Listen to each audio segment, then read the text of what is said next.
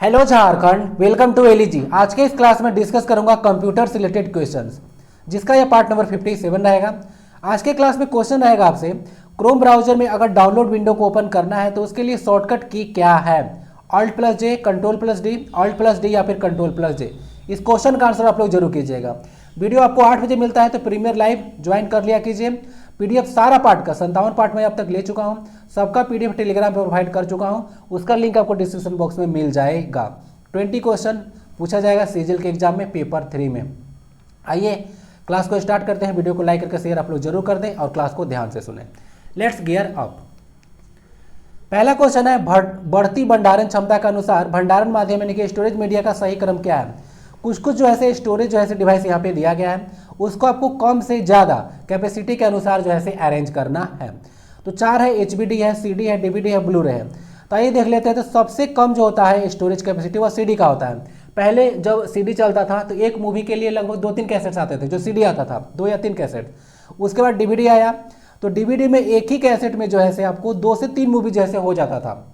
तो डीवीडी यानी कि स्टोरेज इसका ज़्यादा होता है, इसका कुछ एमबी से लेकर जीबी तक होता है, इसका स्टोरेज कैपेसिटी जीबी में रहता है। उसके बाद आता है जो गिवन ऑप्शन उसमें ब्लूरे, क्या आएगा? ब्लूरे। और ब्लूरे है, इसका कैपेसिटी लगभग 25 से लेकर 50 जीबी तक होता है। और लास्ट में आता है एचबीडी। तो एचबीडी है सबसे लास्ट में आएगा। और एचबीडी का कैपेसिटी देखिएगा तो टीबी में होता है, 6 टीबी बोला जाता है कि इसका कैपेसिटी लगभग होता है। ठीक है, 6 टीबी तक बोलिए कैपेसिटी होता है। तो इस तरह से और अरेंज कीजिएगा तो सीडी सबसे पहले आएगा, फॉलोड बाय डीवीडी, ब्लूरे और फिर एचबीडी। एचबीडी का फुल फॉर्म देख लीजिएगा, ये होता है होलोग्राफिक। एच का देख लीजिए, होलोग्राफिक होता है। और बीडी का मतलब पता ही है, बीडी मतलब होता है वर्सेटाइल डिस्क। तो ये आपका हो जाएगा आंसर डी। इस तरह से देख लीजिएगा। और अरेंज करने के लिए एक बार ये भी याद रख लीजिएगा, जो फ्लॉपी डिस्क होता है एफडी, उसका कैपेसिटी बहुत ही कम होता है, 1.44 जो है एमबी होता है। तो कभी अरेंज करने के लिए आए तो ये भी ध्यान रखिएगा, फ्लॉपी डिस्क, एलन सुगार्ट जिसको इन्वेंट किए थे। ये क्वेश्चन बार बार पूछा जाता है, विंडो 95 जैसे किस प्रकार का ऑपरेटिंग सिस्टम है? तो ऐसे सिंगल यूजर ऑपरेटिंग सिस्टम है। ठीक है, सिंगल यूजर ऑपरेटिंग सिस्टम है विंडो 95। विंडो 98 के बाद वाला जो वर्जन आया था वो सब मल्टी यूजर में गिना जाता है। तो आंसर इसका ए होता है, हो जाएगा सिंगल यूजर ऑपरेटिंग सिस्टम। जितने भी ऑपरेटिंग सिस्टम है याद रखिएगा, सबके सब सिस्टम सॉफ्टवेयर है। छांटने के लिए आता है कि कौन जो है एप्लीकेशन सॉफ्टवेयर है और कौन जो है सिस्टम सॉफ्टवेयर है। तो कोई पार्टिकुलर पर्पस के लिए अगर यूज किया जाएगा सॉफ्टवेयर तो उसको जो है सिस्टम सॉफ्टवेयर कहा जाता है। जैसे लेक्चर आप लोग देख रहे हैं माइक्रोसॉफ्ट पावर पॉइंट में, तो एक प्रेजेंटिंग सॉफ्टवेयर है। किसी चीज़ को जो है लेक्चर को प्रेजेंट करने के लिए इसका यूज किया जा रहा है, तो ये पार्टिकुलर पर्पस है। इसका मतलब है कि माइक्रोसॉफ्ट जो पावर पॉइंट है ये एप्लीकेशन सॉफ्टवेयर हो गया। ठीक है, सॉफ्टवेयर जो होता है वह ग्रुप ऑफ प्रोग्राम्स होता है, और प्रोग्राम्स क्या होता है? वह ग्रुप ऑफ इंस्ट्रक्शंस होता है। ध्यान रखिएगा, सॉफ्टवेयर शब्द को दिया गया था WTUK के द्वारा। आंसर इसका ए है। निम्नलिखित में से कौन सा विकल्प कंप्यूटर में सेकेंडरी स्टोरेज डिवाइस होता है? कौन होता है? रैम, रोम, हार्ड डिस्क या फिर कैश? सही आंसर इसका डी होगा, सी होगा। हार्ड डिस्क जो होता है सेकेंडरी स्टोरेज डिवाइस होता है, बाकी रैम और रोम जो होता है प्राइमरी होता है। लास्ट क्लास में आपसे डिस्कस किया था कि जो रैम होता है और रोम होता है दोनों जो है प्राइमरी मेमोरी ही है। अंतर क्या है? तो अंतर इतना है कि रोम जो होता है नॉन वोलाटाइल होता है, यानी कि जल्दी खत्म नहीं होता है, और रैम जो होता है वोलाटाइल होता है या खत्म हो जाता है। जैसे ही लाइट ऑफ होगा या बिजली कट होगा, बिजली कट बोलिए या फिर स्विच ऑफ कर दीजिए, तो रैम का डेटा जो है खत्म हो जाता है, रोम का डेटा खत्म नहीं होता है। तो है तो दोनों प्राइमरी मेमोरी ही, लेकिन जो है यह एक जो है वोलाटाइल होता है, एक नॉन वोलाटाइल होता है, यही अंतर है। तो दो तो हो गया प्राइमरी मेमोरी। और यहाँ पे एक चीज़ समझिएगा, कैश मेमोरी में बोला था आपको कि जब कंप्यूटर अपना वर्क कर लेता है तो उसको डेटा काफ़ी फास्ट चाहिए होता है, तो वह कैश मेमोरी से डेटा लेता है, और कैश मेमोरी बोला था कि यह रैम का ही पार्ट होता है। तो इस तरह से इसको भी जैसे प्राइमरी स्टोरेज में ही काउंट किया जाएगा, इसलिए आंसर इसका हार्ड डिस्क एचडी होगा। इंटरनेट की फाइल ट्रांसफर करने के लिए निम्नलिखित में से किस एप्लीकेशन प्रोटोकॉल का प्रयोग किया जाता है? बहुत इजी क्वेश्चन है, बार बार पूछा जाता है। एफटीपी यूज किया जाता है, file transfer protocol. Full form याद रखिएगा, इंटरनेट पर फाइल को ट्रांसफर करने के लिए जो प्रोटोकॉल यूज किया जाता है उसको फाइल ट्रांसफर प्रोटोकॉल बोलते हैं। प्रोटोकॉल आपसे पूछेगा कि क्या होता है, तो बोल दीजिएगा कि सेट ऑफ रूल्स होता है, सेट ऑफ रूल्स होता है। वायरल फीवर के चलते थोड़ा साउंड गड़बड़ा रहा होगा, मैनेज कीजिए। उच्च बिजली खपत के कारण आमतौर पर कौन सा उपकरण यूपीएस से सीधे जोड़ा नहीं जाता है? KVM स्विच, बाह्य माउस, USB वीडियो कैमरा या फिर लेजर प्रिंटर। तो ये सब यूज कर सकते हैं नॉर्मली। ये सब जो बिजली कंज्यूम करता है वह कम करता है, लेकिन जो लेजर प्रिंटर वह काफ़ी ज़्यादा बिजली कंज्यूम करता है, तो उसको यूपीएस आप लोग सीधे कनेक्ट नहीं कर सकता। उसका जितना ज़्यादा पावर नहीं है कि जो ऐसे लेजर प्रिंटर को चला देगा। अब कहने का मतलब है कि यहाँ पे घर में इन्वर्टर लगा हुआ है, तो उसमें आप लोग थोड़ी ना है कि बड़ा बड़ा मोटर जो है ऐसे चला दीजिएगा, चलेगा ही नहीं, ठीक है। तो लेजर प्रिंटर का जो है ऐसे पावर ज़्यादा होता है, लगभग देखिएगा तो ये ऑपरेट करता है 500 से 1000 वोल्ट के बीच, ठीक है ना। और इतना देखिएगा तो यूपीएस लगभग कितना प्रोवाइड करता है, अगर डीसी प्रोवाइड करता है तो 12 वोल्ट डीसी प्रोवाइड कराएगा। तो इस तरह की इसका कैपेसिटी होता है, तो इसको जो है ऐसे लेजर प्रिंटर को लगाया नहीं जा सकता है, ठीक है। यूपीएस है, यूपीएस क्या देखेगा, अनइंटरप्टेड पावर सप्लाई होता है इसका फुल फॉर्म। पीडीएफ, ये क्वेश्चन फ्रीक्वेंटली आस्क्ड क्वेश्चन में है, पोर्टेबल डॉक्यूमेंट फॉर्मेट होता है, बहुत बार पूछा जाता है पीडीएफ। और पीडीएफ का फाइल एक्सटेंशन .pdf होता है ना, ऐसे। एक ट्रांजैक्शन फाइल स्टोर करती है, ध्यान सुनिएगा थोड़ा सा। ट्रांजैक्शन फाइल आखिर होता क्या है, उसको समझने के लिए मान लेते हैं कि एक चार्ट बनाया जाता है। तो इस चार्ट में जो है से मैं जो हूँ से अलग अलग स्टूडेंट का जो है से डेटा को इकट्ठा किया हूँ। यहाँ सीरियल नंबर लिख दिया 1, यहाँ से नहीं लिखूंगा, 1 से 2 3 4, और इधर जो है से उनका उठने का टाइमिंग लिखता हूँ, ठीक है, कि उठने का T1 T2 T3 ये सब। तो स्टूडेंट लोग का पहला दिन का जो है से पहला स्टूडेंट का देखूंगा, ठीक है। उसके बाद जो है से मान लेते 8 बजे उठा, कोई 9 बजे उठा, कोई 7 बजे उठा, तो इस तरह से जो डेटा है मैं इकट्ठा कर लूँगा। तो ऐसे ऐसे धीरे धीरे मान लेते हैं कि और स्टूडेंट्स अगर बढ़ते जाएंगे, 5 नंबर का स्टूडेंट आ गया, तो इसको भी मुझे फिर से अपडेट करना पड़ेगा। तो जो ट्रांजैक्शन फाइल होता है ना, उसमें डेटा जो है से परिवर्तित होते रहता है, बदलते रहता है। समझ सकते हैं कि जैसे आप स्टूडेंट लोग का जो है से डायरी मेंटेन करते हैं, जो एडमिशन आप लिए हैं, तो कब एडमिशन लिया है, कितना फी को पेमेंट किया, उसको आपको डेली जो है से अपडेट करना होगा। तो उसी को जो है ट्रांजैक्शन फाइल बोला जाता है, और इसको डेटाबेस फाइल भी बोला जाता है। कंफ्यूज मत कीजिएगा, डेटाबेस फाइल बोलेगा तो समझ लीजिएगा कि यही ट्रांजैक्शन फाइल के बारे में बात कर रहा है। तो एक ऐसा फाइल होता है जो जिसमें डेटा अक्सर बदलते रहता है, क्योंकि इसको डेली जो है अपडेट आपको करना पड़ेगा। स्टूडेंट्स आ रहे हैं, जा रहे हैं, कितना फी पेमेंट कर रहे हैं, सब आपको जो है अपडेट करना होगा। तो ट्रांजैक्शन फाइल के बारे में याद रखिएगा। समझ में आया कि नहीं? क्रोम ब्राउजर में डाउनलोड विंडो को ओपन करने के लिए किस कीबोर्ड शॉर्टकट का प्रयोग किया जाता है? पहला पॉइंट तो यह देखिए कि जो कीबोर्ड शॉर्टकट है उसको आप लोग शॉर्टकट कीज ही बोलते हैं, नहीं तो कहीं कहीं आपको की कॉम्बिनेशन भी लिखा हुआ मिल जाएगा। तो ये सब टर्म आएगा तो कुछ नहीं हुआ, शॉर्टकट की के बारे में ही बात किया जा रहा है, तो यह अलग नहीं है। ऑप्शन है Alt+G, Ctrl+D, Alt+D या फिर Ctrl+J।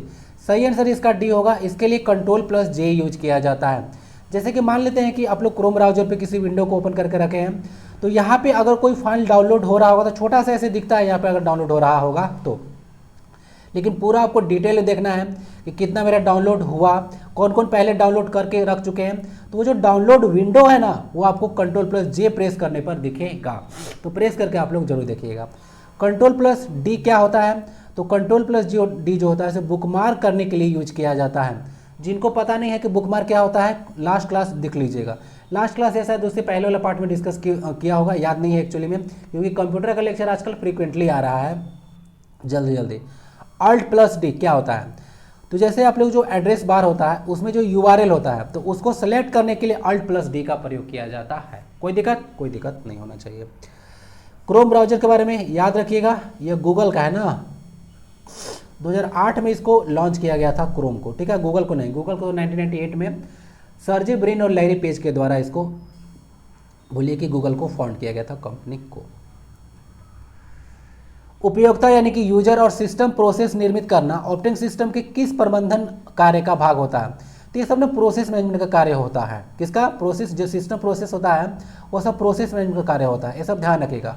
Operating system again system software है, इसका अलग अलग काम है, मेमोरी मैनेजमेंट करना, प्रोसेस मैनेजमेंट करना, फाइल मैनेजमेंट करना, डिवाइस मैनेजमेंट करना, सब काम जैसे ऑपरेटिंग सिस्टम ही करता है, ठीक है। एक पॉइंट जो है आपको बताता हूँ, जैसे कि यहाँ जो ऑपरेटिंग सिस्टम है ये एक सिस्टम सॉफ्टवेयर है, अब एक होता है एप्लीकेशन सॉफ्टवेयर।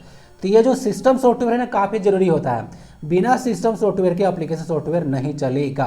तो ये क्या होता है, मैं बताया था कि ये जो है एक रेलवे ट्रैक की तरह होता है, अगर रेलवे ट्रैक नहीं रहेगा तो ट्रेन जो है इस पर जो है नहीं चल पाएगा, ठीक है।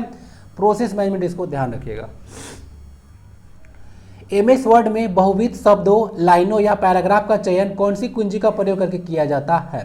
तो ये जो है कंट्रोल का यूज किया जाता है। अगर सेलेक्ट करना होता है तो क्या करते हैं, तो कंट्रोल प्लस ए दबा देते हैं तो ऑल सेलेक्ट हो जाता है। तो अगर सेलेक्ट करना होता है तो कंट्रोल की का प्रयोग किया जाता है।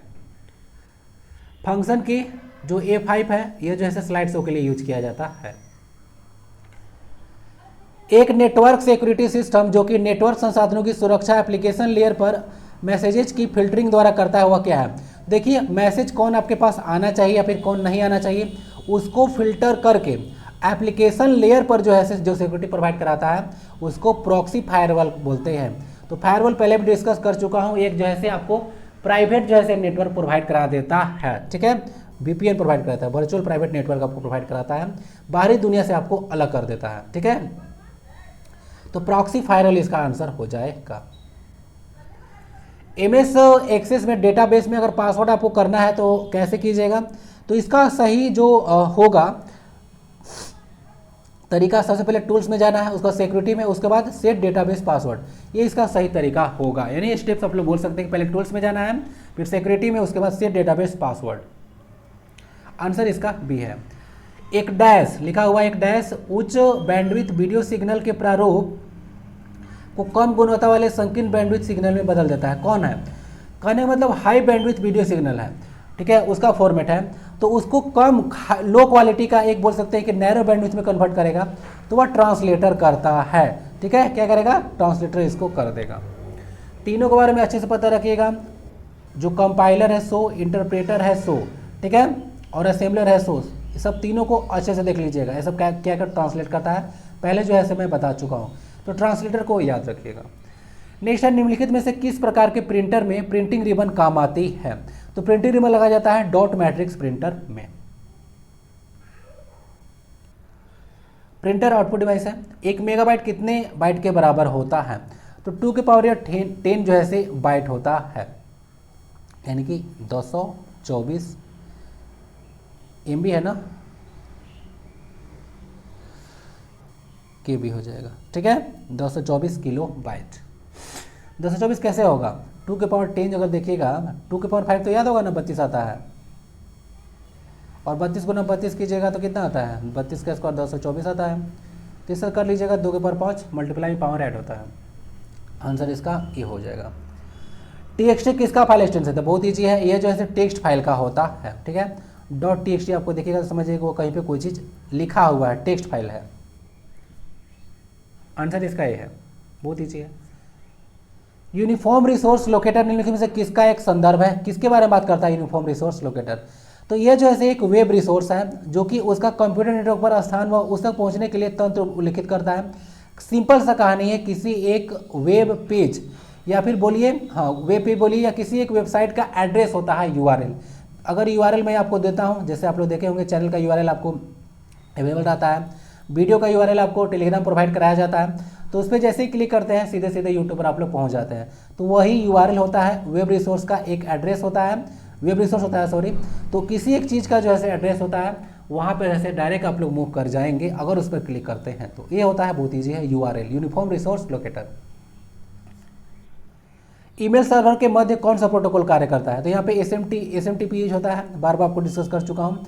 मेन जो प्रोटोकॉल यूज होता है वह SMTP होता है। ये ट्रांसफर करने के लिए होता है, यानी कि सेंड करने के लिए यहाँ पे यूज होता है, रिसीव करने के लिए POP3 यूज किया जाता है ना, ध्यान रखिएगा, पोस्ट ऑफिस प्रोटोकॉल। बूटिंग अनुदेश कहाँ पे होता है, तो जो बूटिंग प्रोसेस होता है वह रोम में होता है ना, ध्यान रखिएगा, B जो इसका आंसर होगा रोम। बाकी बूटिंग क्या होता है, तो कंप्यूटर को बंद करके चालू करने का जो प्रक्रिया है उसको बूटिंग कहा जाता है। 2 टर्म आता है, कोल्ड बूटिंग और वार्म बूटिंग। तो बंद कंप्यूटर को चालू अगर कर रहे हैं तो ये हो गया आपको कोल्ड बूटिंग। वार्म बूटिंग यानी कि कोई कंप्यूटर चल रहा है तो उसको बंद करके पुनः आप लोग चालू कर रहे हैं तो उसको वार्म बोलते हैं। कहने मतलब कंप्यूटर जब चालू रहेगा तो उसका मशीन काम करेगा तो थोड़ा सा गर्म रहेगा ना, हॉट रहेगा ना, ठीक है, तो वार्म बूटिंग समझ लीजिएगा, चालू रहेगा उसके बाद बंद करके आपको ऑन करना है, तो उसको बोलते हैं वार्म बूटिंग। रोम इसका आंसर होगा। किस प्रकार MS एक्सेल में सेल के निर्धारित सेट में नंबरों की गणना करने के लिए, बहुत ईजी है, अगर कोई चीज़ काउंटिंग करना है तो उसके लिए बाकायदा फॉर्मूला होता है, और फार्मूला हमेशा जो है इक्वल टू साइन से रिप्रेजेंट किया जाता है। MS एक्सेल के बारे में बात किया जा रहा है। षोडश आधारी यानी कि हेक्साडेसिमल नंबर सिस्टम के बारे में बात किया जा रहा है, उसमें कितना सिंबल आप लोगों को देखने को मिलेगा, तो इसमें 16 होता है हेक्साडेसिमल में।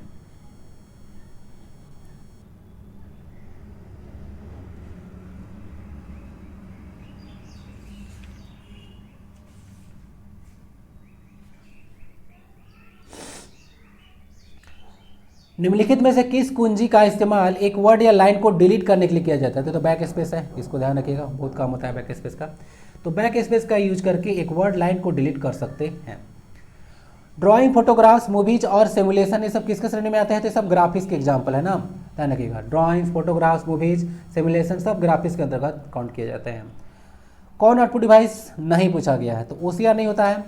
ऑप्टिकल कैरेक्टर रिकॉग्निशन होता है, ये एक इनपुट डिवाइस होता है। प्रिंटर, मॉनिटर, स्पीकर सब जो है एक आउटपुट डिवाइस है। स्पीकर आउटपुट डिवाइस है, लेकिन माइक्रोफोन जैसे इनपुट डिवाइस है, कंफ्यूज मत कीजिएगा स्पीकर और माइक्रोफोन में। यदि आप डैश लगाना छोड़ देते हैं तो स्टाइल शीट फाइल ब्राउजर द्वारा लोड नहीं होगा। तो इसका ना REL होता है, तो REL एक एट्रीब्यूट होता है। तो अगर REL एट्रीब्यूट जो है लगाना आप लोग भूल जाएंगे तो ये जो है मान लेते हैं ना कि ये REL होता क्या है एट्रीब्यूट, तो ये जो है एक रिलेशनशिप बताता है कि जो करेंट डॉक्यूमेंट है और प्लस में जो लिंक डॉक्यूमेंट है, तो उसके बीच जो है जो लिंक है वह यही जो है REL जो है एट्रीब्यूट बताता है। तो अगर REL को लगाइएगा नहीं तो आपको पता ही नहीं चलेगा कि कौन जैसे लिंक डॉक्यूमेंट है, ठीक है।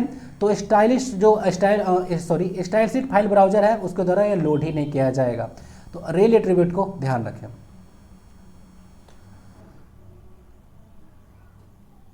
ये किसी रिलेटेड टर्म है CSS, इसको याद रखिएगा। कैस्केडिंग स्टाइल शीट होता है ना, फुल फॉर्म CSS। CD-ROM बहुत ईजी है, compact disc, read only memory, answer इसका ये है। MS वर्ड 2007 में कंट्रोल प्लस इक्वल टू क्या है? तो लास्ट क्लास में भी आपको बताया था, यह जो है सबस्क्रिप्ट के लिए यूज किया जाता है। बाकी कंट्रोल के साथ शिफ्ट के साथ प्लस साइन दबाइएगा तो क्या हो जाएगा? ये जो है सुपर स्क्रिप्ट हो जाएगा। इसका आंसर सबस्क्रिप्ट है। एक उपयोगकर्ता यानी कि यूजर के बारे में बात किया जा रहा है, जब कंप्यूटर को ऑन करता है तब ऑपरेटिंग सिस्टम के आरंभ होने की प्रक्रिया क्या कहलाती है? तो बूटिंग ही कहलाता है। कितने बार मैं आपको बता चुका हूं।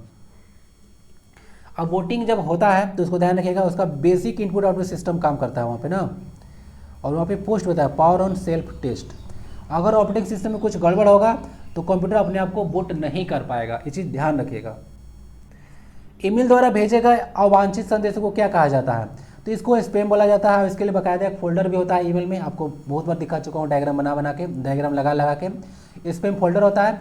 वह अनवांटेड इसको ईमेल बोला जाता है कि अनवांटेड ईमेल जो है आ गया है।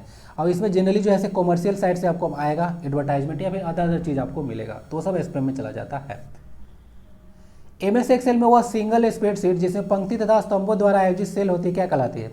तो कितने बता चुका हूँ, उसको वर्कशीट बोला जाता है। जो स्प्रेडशीट है MS एक्सेल देखिएगा तो एक जो है डेटा प्रोसेसिंग सॉफ्टवेयर है, चार्ट बनाना है, ग्राफ बनाना है, बहुत सारा चीज़ है, टेबल बनाना है, तो उसके लिए जो है MS एक्सेल यूज किया जाता है। तो यह एक स्प्रेडशीट सॉफ्टवेयर है।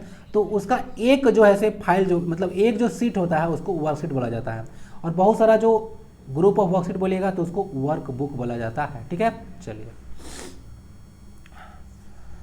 MS एक्सेल में पिछले वर्कशीट में जाना है तो उसके लिए शॉर्टकट की क्या होगा? तो पीछे जाना है यानी कि ऊपर वाला ना भाई, ऐसे तो ऐसे होगा, तो ऊपर वाला जाना है तो उसमें कंट्रोल प्लस पेज अप हो जाएगा, नीचे जाना होगा तो पेज डाउन। पूरे डॉक्यूमेंट को देखने के लिए किस प्रिंट कमांड का प्रयोग किया जाता है? तो इसको प्रिंट प्रीव्यू कहा जाता है ना। प्रिंट प्रीव्यू में आपको पूरा डॉक्यूमेंट दिख जाएगा कि कोई डॉक्यूमेंट को प्रिंट करने पर कैसा कैसा आपको दिखेगा। तो पूरा डॉक्यूमेंट देखने के लिए प्रिंट प्रीव्यू कमांड का यूज किया जाता है। MS एक्सेल 2010 में डैश का उपयोग सीट के भीतर टेक्स्ट को प्रतिस्थापित यानी कि रिप्लेस करने के लिए किया जाता है। इसका है कंट्रोल प्लस एच। तो कंट्रोल प्लस एच का यूज करके किसी टेक्स्ट को जो है रिप्लेस किया जा सकता है।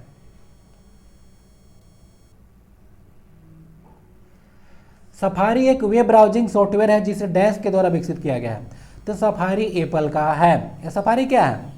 सफारी जो है दुनिया में दूसरा सबसे ज़्यादा यूज किया जाने वाला वेब ब्राउजर है, कंफ्यूज मत कीजिएगा, जो कि एप्पल के द्वारा विकसित किया गया है। सबसे ज़्यादा यूज करने वाला वेब ब्राउजर कौन सा है? तो गूगल क्रोम सबसे ज़्यादा यूज किया जाता है, इसको ध्यान रखिएगा।